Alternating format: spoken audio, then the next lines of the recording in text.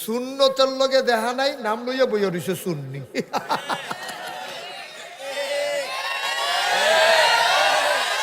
এটা কি একটু বেশি ঠিক না? না, এটা যেমন সকলে ঠিক করাইতে আছে, ঠিক দেখিয়ে তো কইলাম। আজব কারবা, আজব কারবা, যেটা নাই এইটারে নাম দিছে। তো সুন্নতের লগে দেখা নাই কয় শূন্য। তো এখন আসেন, আল্লাহ তাবারক ওয়া তাআলা নবী যে খুব খেয়াল করে শুনবেন, কোনো ফাট্টাফাট্টি নাই, কোনো ওই দলাদলি নাই, নিজেরা বুঝলে বাজ্যাউন দেওয়া কথা কেন। কারণ যেহেতু আমরা এখনো আইসি, জান্নাতরা কই আছে জানন লাগবে। আর আমরা কোনো জাহান্নামও যাইতাম পারতাম না। কারেন্ট গেলে মোমবাতি ধরাই তো লই এক ফোঁটা গলামো মাতো ফুরছি, যে ওমা গো কইয়া চিল্লান দিছে। আর তারে যদি আগুনের ভিতরে নিয়ে হালা হেতে তো চিল্লানো দিতে পারতো না। এই যে ফরনের লগে লগে তার চিল্লান ব্যাপারে বন্ধ হয়ে যাবো। এই কোরআনুল কারীম এটা আল্লাহর পক্ষ থেকে দেয়া, আল্লাহর পক্ষ থেকে বান্দার জন্য সবচেয়ে বড় নেয়ামত। সুবহানাল্লাহ বলবেন। আমরা গরুর গোশত খাই, ছাগলের গোশত খাই, খাই না? কথা কন, খাই না? কুকুরের গোশত খাই, শুয়োরের গোশত খাই। কেন খান না কেন? দেখতে তো একরকমই, বরংস ছাগলের চাইতে কুকুরটা আরো তাজা, মোটা, চর্বি বেশি। শুয়োরের গোশতের ভিতরে আরো চর্বি বেশি। যারা চর্বি খুব পছন্দ করে তারাও মুসলমানের সন্তান শুয়োরের গোশত খায় না। এটা নামটা শুনলেই একটা ঘৃণা আমাদের অন্তরে চলে আসে। কেন? কারণ কি? ছাগলের গোশত খান, শুয়োরের গোশত খান না। যদি একটা একেবারে দুর্বল, একেবারে এক্সরে ছাড়া চামড়ার উপর দিয়া হাড়গুলা গোনা যায়, এইরকম ছাগলটাও যদি জব হয় 1200-1300 টাকা কেজি গোশত বিক্রি হয়। ছাগল জব হয়েছে শূন্য, কুকুর আইসে দেখার জন্য। কুকুর কত মোটা তাজা, এরকম দুলাইয়া দুলাইয়া ঘুরতে আছে, জব করবো দূরের কথা, একজন ফিরাও চায় না। ঠিক কিনা কন? মুসলমান, ছাগলের গোশত খাওয়া যাবে, কুকুরের গোশত খাওয়া যাবে না। যেই কেতাবটা আমাদেরকে জানিয়ে দিল তার নাম কারীম। ঠিক কিনা? এই কোরআন যদি না থাকতো তাইলে আমরা শুয়োরের, ছাগলের গোশত যেমনে খাইতাম, কুকুরের গোশত এমনে খাইতাম। কিন্তু আমরা খাই না, কারণ একটাই, আল্লাহ ছাগল হালাল করেছেন আর কুকুর হারাম করেছেন। এ হারাম যিনি করেছেন তিনি আল্লাহ, যার মাধ্যমে হারাম করেছেন সেই কোরআন আর বিধিবিধানগুলো যিনি মানিয়ে দেখিয়ে গেছেন তিনি তোমার আমার নবী আকায়ে নামদার তাজদারে মদিনা মুহাম্মদ মুস্তাফা আহমদ মুজতবা সৈয়দুল মুরসালিন খাতামান নবিয়্যিন, মক্কার মতি মদিনার জ্যোতি দুকুলের সাথী, ফখরে মওজুদত সৈয়দুল আনাম রহমতে দো আলম হুজুরে পরনুর সাল্লাল্লাহু আলাইহি ওয়াসাল্লাম। বলেন সুবহানাল্লাহ। তুমি একলা জুড়ে কইও, সকল লইয়া ফাললে আলগা আওয়াজটা শোনা যায়। সবাই মিলে একটু জোরে আমরা বলবো। হ্যাঁ, আমরা প্রাণবন্ত একটা মাহফিল আমরা এখানে তৈরি করতে চাই ইনশাআল্লাহ। যেখান থেকে শুনবো, শোনার পরে যেগুলো মানার আমরা সিদ্ধান্ত নিয়ে নেব ইনশাআল্লাহ। আল্লাহ যেন কবুল করে, সবাই পড়েন আমিন। যেই কথাটুকুন বলছিলাম, বিধিবিধান হলো কোরআন আর তার বাস্তব নমুনা হলো নবী মুহাম্মদুর রাসূলুল্লাহ। আল্লাহ রাব্বুল আলামিন এই কোরআনুল কারীমে আয়াত নাজিল করে দিলেন, কুল ইন কুনতুম তুহিব্বুনাল্লাহ ফাত্তাবিউনি ইউহিব্বুকুমুল্লাহ ওয়া ইয়াগফির লাকুম যুনুবাকুম ওয়াল্লাহু গফুরুর রহিম। আমার আল্লাহ রাব্বুল আলামিন নবীকে ডেকে বলেন, ও নবী কুল, হে নবী আপনি বলে দেন, ইন কুনতুম তুহিব্বুনাল্লাহ, যেই ইমানদারেরা তাদের অন্তরে আল্লাহর ভালোবাসা পয়দা করতে চায়, যারা আল্লাহর ভালোবাসা ওই অন্তরে পয়দা করতে চায়, তারা যেন একটা কাজ করে। আপনি বলে দেন। নবীজি বললেন, বলেন আল্লাহ কি বলবো? আপনি বলেন ফাত্তাবিউনি, তারা যেন আপনার অনুসরণ অনুকরণ করে। সুবহানাল্লাহ বলবেন না? কিন্তু আফসোস কি জানেন, এই আয়াতটার অর্থ আমরা তারা কিছু হুজুর যারা মুখে মুখে আল্লাহরে খুব নবীরে ভালোবাসে, আসলে কাজে করে না। আমাদের দেশে তো সব উল্টা। এই যে আমাদের দেশে আনার আনার এটার ভিতরে এটারে বেদানা কয়, আমরা এদিকে কথা কর না, কি কয়? এই যে আনারের ভিতরে বেদানার ভিতরে দানা কম না বেশি? কিন্তু হুদা দানা এদো, এটা তুমি তো গুস্ত নাই তো, সব দিয়ে তো দানা। কাডলের তো বিসি আছে, বাইরে দিয়া কুশের ভিতরে গুস্ত আছে, এটা তো দানা। সামান্য একটু সাফা দিলে কুদ্দুরা বার হয় সিরিট করে কেন? হ্যাঁ, দানায় ভরা, এটার নাম দিছে বেদানা। রসে ভরা, এটার নাম দিছে আনারস। মানে রস নাই।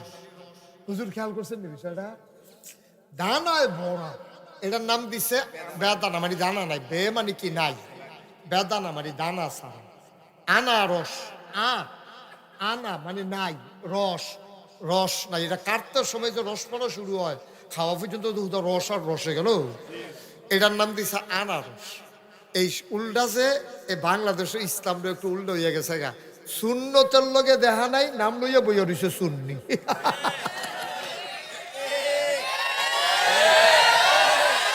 এটা কি একটু বেশি ঠিক না? এটা যেমন সকলে ঠিক করাইতে আছে,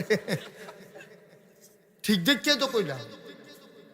আজব কারবা, আজব কারবা। যেটা নাই এইটারে নাম দিছে। তো সুন্নতের লগে দেখা নাই কয় শূন্য। তা এখন আসে আল্লাহ তাবারক ওয়া তাআলা নবীকে খুব খেয়াল করে শুনবেন। কোনো ফাট্টাফাট্টি নেই, কোনো ওই দলাদলি নেই। নিজেরা বুঝলে বাজ্যাউন দেওয়া কথা কেন? কারণ যেহেতু আমরা এখনো আইসি, জান্নাতরা কই আছে জানন লাগবে। আর আমরা কোনো জাহান্নামও যাইতাম পারতাম না। কারেন্ট গেলে মোমবাতি ধরাই তো লই এক ফোঁটা গোলামও মাতো ফুরছি, যে ওমা গো কইয়া চিল্লান দিছে।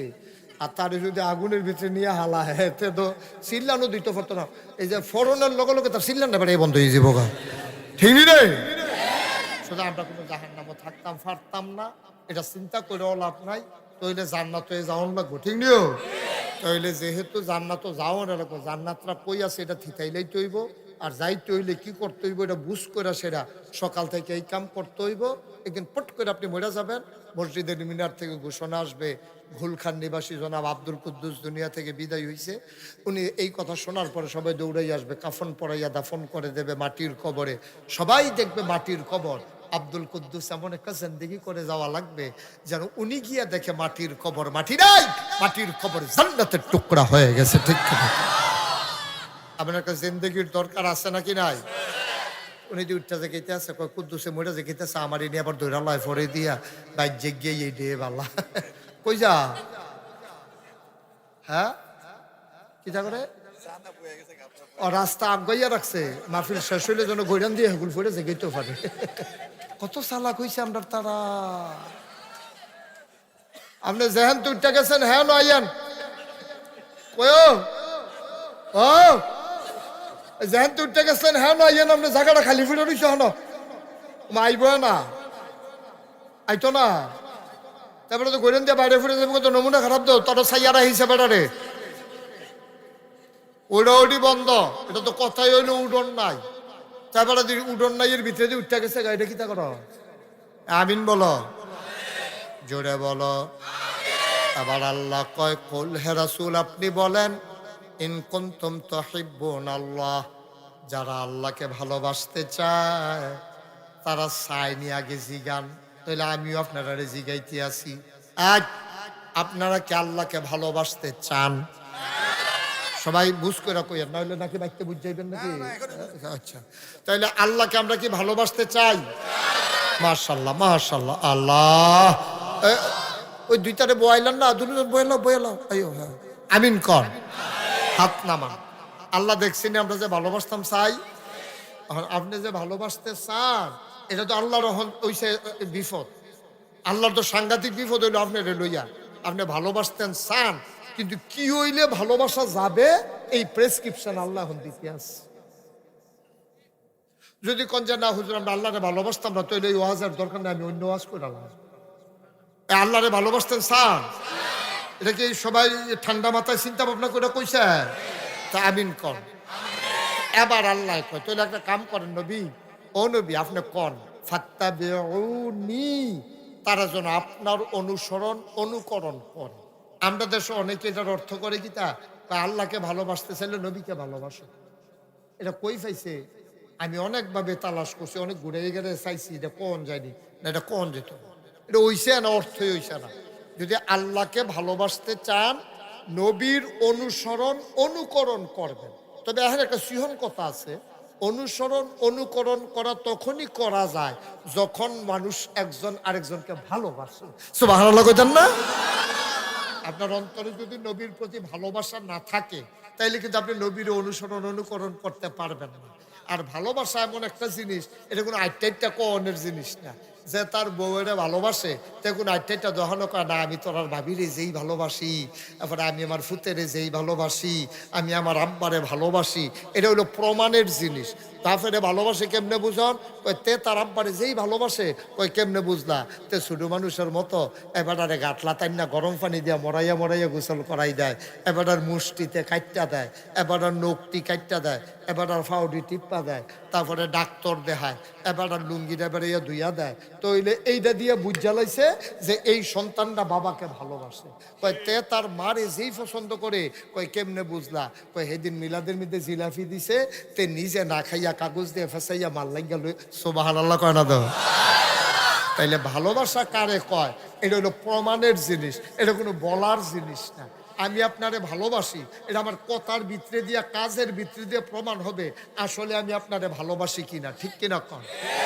তাইলে আমরারে আল্লাহ কয় তোমরা যদি আল্লাহরে ভালোবাসতে চাও তাইলে নবীর অনুসরণ অনুকরণ করো। এই আয়াত ফাইয়া সাহাবায়ে কেরাম দিছে দৌড়াইয়া গেছে আম্মা জান আয়েশা, আমাদের শুধু আম্মার কাছে। আমরার আম্মা আছিল 11 জন। কয়জন? বা কথা কনা কয়জন?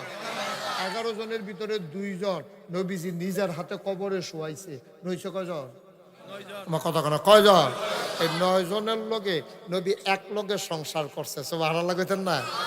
এই 9 জনের ভিতরে 11 জনের ভিতরে আমরা শুধু আম্মা ছিল সবচেয়ে বুদ্ধিওয়ালা। আমরা শুধু আম্মার নাম হইল আয়েশা রাদিয়াল্লাহু তাআলা আনহা।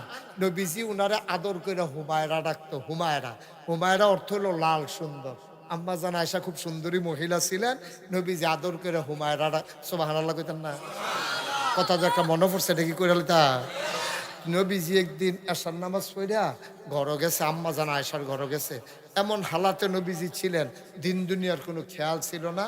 তিনি ফানাফিল্লাহ অর্থাৎ আল্লাহর সাথে তিনি মিশে গেছিলেন। তিনি এমনভাবে আল্লাহর সাথে মিশে গেছেন, দিন দুনিয়ার কোনো খবর নাই। গিয়া সেরা যখন ঘরে ঢুকছে, ঢোকার লগে লগে দেখে যে সামনে আম্মা জান আয়েশা পড়ছে। ডাক দেখো মা নামতে, এই মেয়ে কে? হ্যাঁ কে? তুমি কে?